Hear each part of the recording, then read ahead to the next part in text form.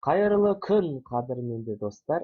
Біз бұл дәрісте Маслоудың қажеттіліктер пирамидасы туралы сөз қозғаймыз. Және де бұл Маслоудың пирамидасы қандай екеніне өз қызығушылығымызды танытамыз. Біз білеміз, экономикалық теория ол ресурстар шектеулі әлемдегі адамдардың қажеттіліктерін қанағаттандыру тәсілдерін зерттейді.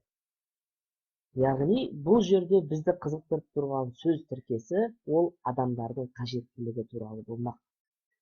Және де осы сөз тіркесін жіті зерттеген адам ол Абрахам Маслоу деген азамат болып табылады. Бұл кісі психолог, бірақ дегенмен экономикаға қажетті бір кішкентай ғана зерттеу жүргізді десек те болады. Енді Абрахам Маслоудың қажеттіліктер пирамидасын біз қарастырып өтеміз. Мынау қарап тұрғандарыңыз сол пирамиданың макеті.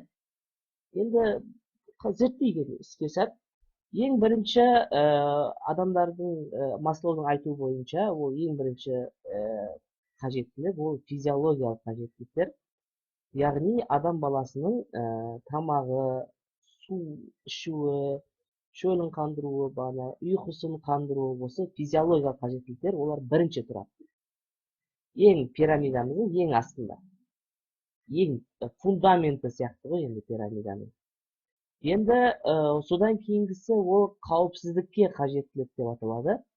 Ол қалай? Мысалы, сіздің қарныңыз тоқ, ұйқыңыз бар, жейтін тамағыңыз бар. Енді сол жейтін тамағыңызды ешкім тартып алмайтындығына, ұйықтайтын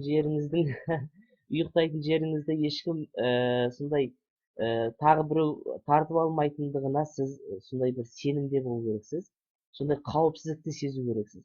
Және де сол тұрақтылық, соғыс болмай кетуі, сондай тәртіп болуы, сондай бір белгілі бір адамның қауіпсіздікті сезе білуі, сондай қажеттілік ол екінші орында тұрады. Енді біз фундаменттен кейін енді бағанағы біз сол фундаменттің екінші деңгейіне көштік. Ал енді үшінші деңгейін қарастырсақ, ол махаббатқа, сырласуға, рухани жақындыққа қажеттілік. Яғни бұл жерде отбасы туралы, достық, өз араласатын адамның ортасы болуы, соған қатысты қажеттіліктер. Яғни біздің бағана айттық қой, ең алғашында біздің физиологиялық қажеттіліктеріміз қанағаттандырылды. Яғни біздің шөліміз қанған, ұйқымыз қанған, тамағымыз тоқ. Одан кейін біз осы тамағымызды, ұйқымызды бұзатын ешқандай факторлар жоқ, ешқандай инфляция болып жатқан жоқ, ешқандай соғыс болып жатқан жоқ, ешқандай ұрылар жоқ десек те болады. Ал енді осы қажеттіліктер қанағаттандырғаннан кейін біз енді уже өзімізбен араласатын адамдарды іздей бастаймыз, өз ортамызды іздей бастаймыз, отбасы құра бастаймыз, яғни достаса бастаймыз, сырласамыз, махаббат деген нәрселер болып жатады. Ал кейінгі біздің пирамидамыздың үстіге қарай кейінгі шыңында ол қоғамда сыйлы болуға қажеттілік. Бұл енді қазақтарда өте жақсы дамыған қажеттілік десек те болады. Яғни авторитет, қоғамда сыйлы болу, адамдардың осы адаммен ой бөлісуі, осы адамның ойын сұрауы, осы адамның ойын қажет етуі, яғни қоғамда сыйлы болуға қажеттілік ол төртінші орында тұрады екен. Яғни махаббатың бар, отбасың бар, достарың бар. Енді сол достардың арасында, отбасыда сыйлы болуға қажеттілік туындайды деген адамда. Ал ең соңғы қажеттілік ол өзіндік дамуға қажеттілік. Бұл енді ол адамның өз-өзін жетілдіруге тырысуы, көптеген кітаптарды оқуы, көптеген тренингтерге, білім алуға, сондайға баруы. Яғни осы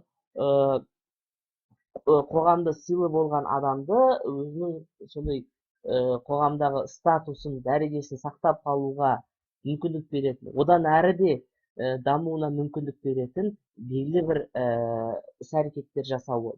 Мысалы, білім алу, самоактуализация дейді, яғни өзіндік дамуын қарастыру.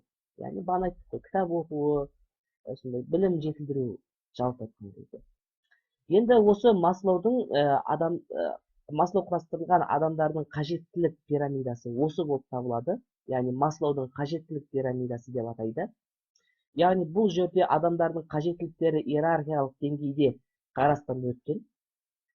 Енді біздің Маслоудың айтуы бойынша, егер манағы біздің пирамидамыздың төменгі қабатындағы қажеттіліктерді қанағаттандырмай, яғни физиологиялық қажеттіліктерді қанағаттандырмай, сіз қауіпсіздік туралы ойлана алмайсыз. Сіз қауіпсіздікке қол жеткізбей, сіз махаббат туралы ешқандай ой болмайды. Ал егер махаббатыңыз болмаса, отбасыңыз болмаса, достарыңыз болмаса, сіз қоғамда сыйлы болуға туралы қажеттілікті сізге мұқтаж емессіз. Яғни адам келесі деңгейдегі қажеттілікке өту үшін алдыңғы деңгейдегі қажеттіліктерді қанағаттандыруға тырысу керек дейді. Яғни тамақ жеу керек, одан кейін ғана сіз тәртіп туралы, қорғаныс туралы, қауіпсіздік туралы ойлау керексіз. Және де осы Маслоудың айтуы бойынша адамның тұлғаның қаншалықты сана сезімінің дамуына, тұлғаның өзіндік дамуына қатысты ол әр деңгейдегі қажеттіліктерді ойлай бастайды дейді. Мысалы, қоғамда сондай адамдар бар, жесем болып, ішсем болып, ұйықтасам болып деген одан басқа қажеттіліктер жоқ адамдар бар. Қоғамда сондай адамдар бар, әрдайым кітап оқуға тырысып, өзін жетілдіруге тырысатын адамдар. Яғни адамның өзінің сана сезіміне байланысты осы қажеттіліктерді қарастыра барады екен. Неғұрлым адамның сана сезімі төмен болса, онда оның бағанағы пирамидамыздың төменгі қажеттіліктерін қанағаттандырып, ал өзіндік даму туралы, қоғамда сыйлы болу туралы ешқандай ойланбайтын адамдар бар. Яғни бұл Абрахам Маслоудың қарастырып өткен қажеттіліктер пирамидасы болып табылады.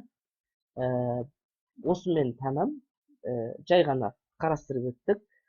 Бұл презентацияны және осы презентацияның электронды вариантын, яғни текстін, лекциясын осы қоғамдық желідегі сілтемеден таба аласыздар. Сіздерге көп рахмет. Сау болыңыздар.